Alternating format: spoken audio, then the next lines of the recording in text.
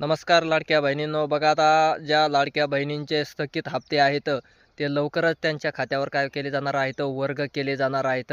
म्हणजे त्यांच्या खात्यावर काय होणार आहेत, हे पैसे येणार आहेत. कारण आता शासनाने काय केलेलं आहे, GR काढलेला आहे आणि बऱ्याच लाडक्या बहिणींनी आंदोलन वगैरे केलेले आहेत. बऱ्याच ठिकाणी आम्ही पात्रता निकषामध्ये बसत असूनही आमचे हप्ते स्टॉप केलेले आहेत, बंद केलेले आहेत.